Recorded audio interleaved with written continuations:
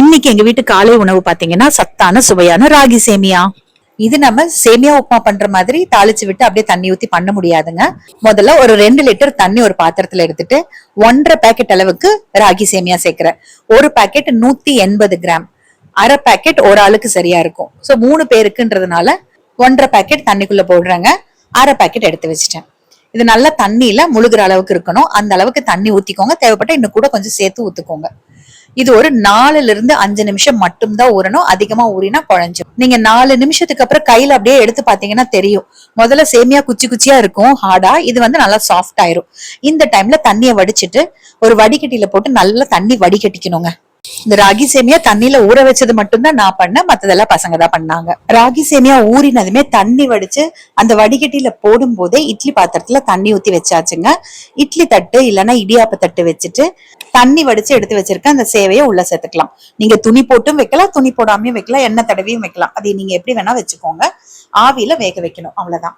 இட்லி பாத்திரத்துல தண்ணி கொதிச்ச நேரத்துல இருந்து ஹை ஃபிளேம்ல 7 to 8 நிமிஷம் வச்சீங்கன்னா போதும், நல்லா வெந்துரும். சேவை வேகிறதுக்குள்ள தாளிக்கிறதுக்கு ஒரு பெரிய வெங்காயம், 4 வரமிளகாய், கொஞ்சம் கருவேப்பிலை வெட்டி எடுத்து வச்சிருக்காங்க.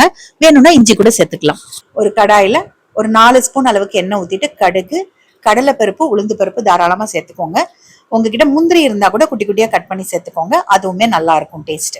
நம்ம சேர்த்த பருப்பெல்லாம் கொஞ்சம் கலர் மாறட்டும். பருப்பெல்லாம் லைட்டா வறுபட்டதுக்கு அப்புறமா நம்ம வெட்டி வச்சிருக்க வெங்காயம், வரமிளகாய், கருவேப்பிலை இதெல்லாம் சேர்த்துட்டு கொஞ்சம் சிம்ல வச்சு நல்லா வதக்கிக்கணும். வெங்காயம் பிரவுன் கலரா மாறணும்னு அவசியம் இல்லை, கொஞ்சம் நல்லா வதக்கி விட்டுக்கோங்க.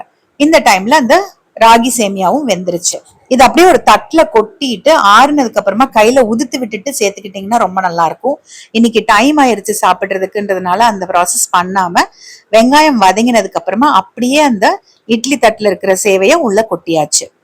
இதுவுமே கலந்து விட இந்த கட்டிகள் எல்லாம் உடஞ்சிருங்க, அதனால பிரச்சனை இல்லை.